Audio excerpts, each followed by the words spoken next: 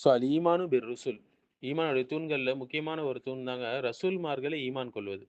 So நபிமார்களை வந்து எப்படி நம்புறது எப்படி உள்ளத்தை தூய்மைப்படுத்துது என்பத நம்ம பார்க்க போறோம்.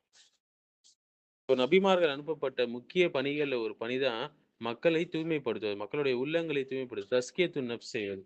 யுஸக்கீஹிம் என்று அல்லாஹ் சொல்றான். வ யுஅல்லிமுஹுமுல் கிதாப வல் ஹிக்மா என்று சொல்றான். வேதத்தை கத்துக் கொடுப்பதும், அவர்களை தூய்மைப்படுத்துவதும் நபிமார்கள் அனுப்பப்பட்டார்கள். அல்லாஹ் சுப்ஹானஹு வ தஆலா சூரத்துல் பக்ராவுடைய 151வது ஆயத்துல இத சொல்றான். ஸோ எப்படி இது உள்ளத்தை தூய்மைப்படுது என்று பார்த்தீங்கன்னா, நபிமார்கள் தாங்க மனிதர்களுக்கு சிறந்த ஒரு முன்மாதிரியாக இருக்கிறாங்க. அல்லாஹ் சுப்ஹானஹு வ தஆலா சொல்றான், ஒரு அழகிய அல்லாஹ்வின் தூதர்ல உங்ககிட்ட அழகிய முன்மாதிரி இருக்கு என்று சொல்றான். அவரை பின்பற்றபடி சொல்றான். 33வது அத்தியாயம் 21வது வசனம். முக்கியமாக நபி முஹம்மது ஸல்லல்லாஹு அலைஹி வஸல்லம் அவர்கள்.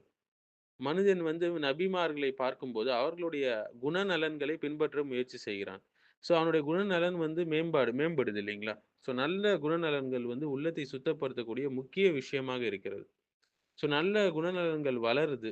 ஸோ நபிமார்கள் என்னென்ன கத்துக் குடுத்தாங்க? பொறுமையை கத்துக் குடுத்துருக்காங்க, கருணையை கத்துக் குடுத்துருக்காங்க, பிறரை மன்னிக்க சொல்லி கத்துக் குடுத்துருக்காங்க, உண்மை பேச சொல்லி கத்துக் குடுத்துருக்காங்க.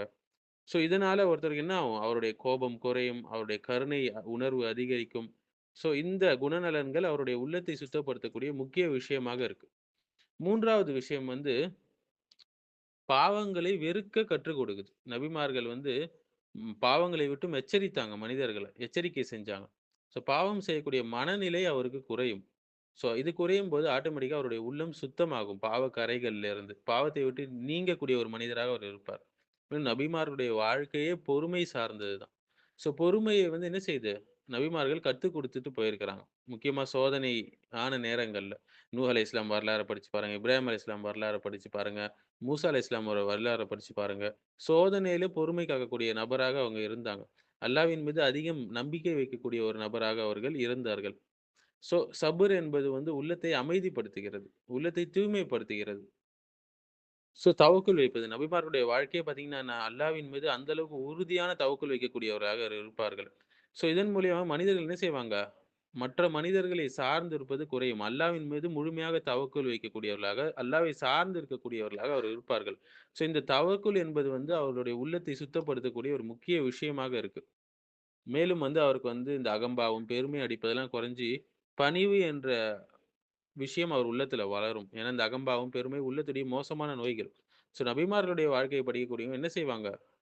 அந்த பணிவை வளர்த்துக் கொள்ள அவர்கள் அதிகமாக முயற்சி செய்வாங்க.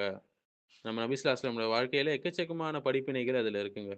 ஸோ அகம்பாவம் குறைஞ்சு பணிவு என்ற விஷயம் வளரும். இதனால உள்ளம் தூய்மை அடைகிறது. மேலும் 7வது முக்கியமான அம்சம் என்னன்னு சொல்லி பார்த்தீங்கன்னா, நபிமார்கள் அல்லாஹ்வுடைய தண்டனையை பற்றி எச்சரித்தாங்க. மறுமையை பற்றி நினைவூட்டுனாங்க. கணக்கெடுப்புக்கு பயந்துக்க சொல்லி சொன்னாங்க. இது எல்லாத்தையும் பத்தி அவங்க எச்சரிக்கை செஞ்சிருக்காங்க. அப்ப உள்ளத்துல அல்லாஹ்வுடைய பயம் அவருக்கு அதிகரிக்கும். ஸோ உள்ளத்துல அல்லாஹ்வுடைய பயம் அதிகரிக்கும்போது, அவர் பாவங்களை விட்டு தூரமாவார். பாவங்களை விட்டு தூரமாகும்போது, அவருடைய உள்ளம் தூய்மை அடைகிறது. தக்வா உணர்வை அவர் பெற்றுக்கொள்கிறார். ஸோ தக்வாவை பெற்றுக்கொள்ளும்போது, அது தூய்மை பெற்ற ஒரு இதயமாக அது மாறுது. மேலும் நபிமார்களுடைய வாழ்க்கை அன்பு, கருணை இது எல்லாமே ஒரு மனிதனுக்குள்ள வளர்க்குது என்று சொல்லலாங்க. ஏன்னா நபி ஸல்லல்லாஹு அலைஹி வஸல்லம் ரொம்ப கருணையான ஒரு நபராக அவங்க இருந்தாங்க இல்லைங்களா? ரஹ்மத்துல் ஆலமீன். ஆலமீன் இருக்கிறதெல்லாம் அருட்கொடையாக அல்லாஹ் என்ன செய்றான்? ஒரு ரஹ்மத்தாக அவங்கள அனுப்பிச்சு வச்சிருக்கிறான். 21வது அத்தியாயம் 107வது வசனம் நம்ம பார்க்கலாம். ஸோ அந்த கருணை உணர்வு, அன்புலாம் அதிகரிக்கும்போது, பிறரை நேசிக்கக்கூடிய உள்ளம் அவருக்கு உருவாகும். உள்ளத்துல அந்த கடுமை தன்மை குறையும். உள்ளத்துல கடுமை தன்மை என்பது உள்ளத்துடைய ஒரு நோய்.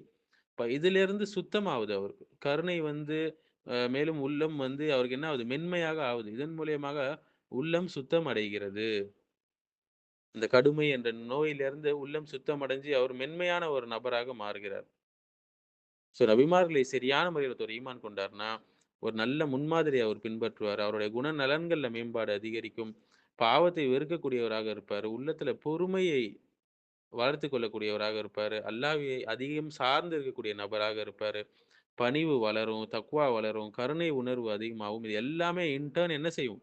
தஸ்கியத்துன் நப்ஸ் உள்ளத்தை சுத்தப்படுத்தக்கூடிய முக்கிய விஷயங்களாக இருக்கிறது நபிமார்கள் மீது ஈமான் கொள்வது.